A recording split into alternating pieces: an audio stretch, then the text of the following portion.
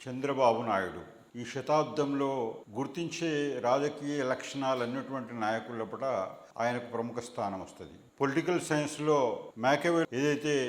రాజకీయ లక్షణాలు అనేటటువంటి దాంట్లో కూడా తను వర్ణించేటటువంటి ప్రిన్స్ అనేటటువంటిది ఎవరైతే ఉన్నారో, అదేవిధంగా చరిత్రలో ఔరంగజేబు అనేటటువంటి ఎవరైతే ఉన్నారో అధికారం కొరకు ఏదైనా చేయొచ్చు అనేటటువంటి అన్ని లక్షణాలు మూర్తిభవించినటువంటి రాజకీయ నాయకత్వ వ్యక్తిత్వం. ఎన్టీఆర్కు అల్లుడిగా వచ్చినటువంటి అవకాశం ద్వారా ఆయన ఒక పెద్ద పార్టీని నడిపించేటటువంటి ఒక అవకాశము ఏదైతే వచ్చిందో, అవకాశం రావడానికి మొదటి రెండు కారణాలలో మొట్టమొదటిది ఏంటంటే, నాదెండ్ల భాస్కర్ రావు తిరుగుబాటు సమయంలో ఎమ్మెల్యేలందరినీ బెంగళూరు క్యాంపులో కట్టడి చేయడము ఒకటి. అదేవిధంగా తదనంతరం వచ్చినటువంటి అసెంబ్లీ పార్లమెంట్ ఎలక్షన్స్ లోపల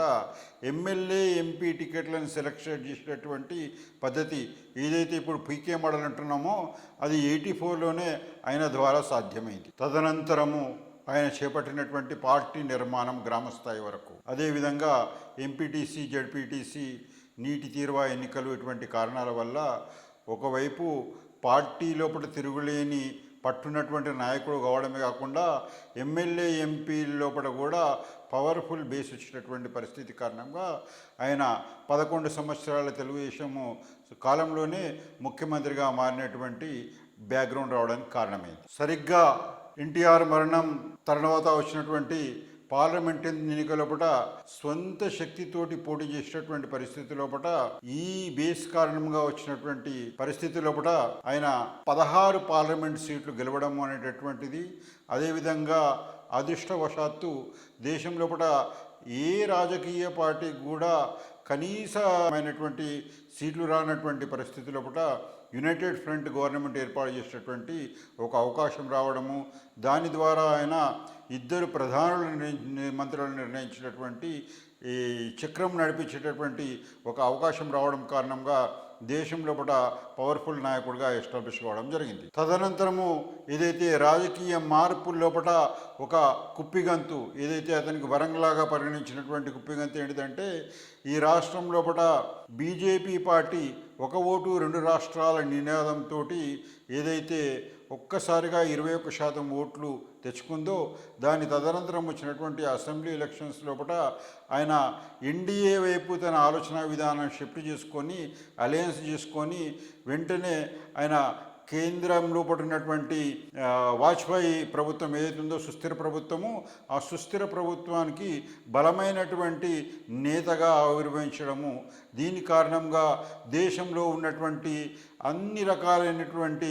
ఈ రతన్ టాటానే కానీ, అదేవిధంగా అంబానీ కానీ, దేశంలో ఉన్నటువంటి అత్యున్నతమైనటువంటి ఏదైతే ఆర్థిక సంస్కరణల పట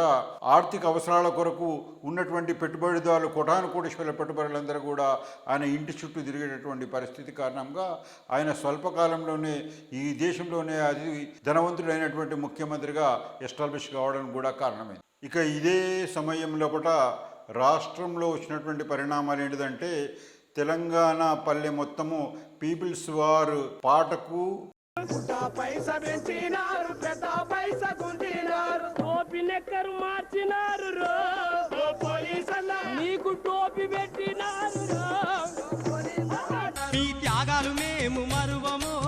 నినాదానికి, తెలంగాణ వాదానికి కనెక్ట్ కావడము,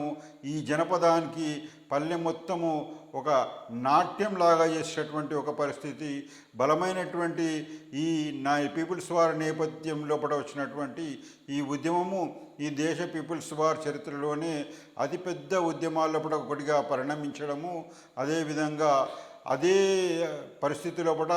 రాష్ట్ర హోంమంత్రి కూడా పీపుల్స్ వారు టార్గెట్ చేసి అతను హతం చేసేటటువంటి విధంగా ఉద్యమం అనేటటువంటి పతాక స్థాయికి చేరడం కూడా ఒక ప్రత్యేకత.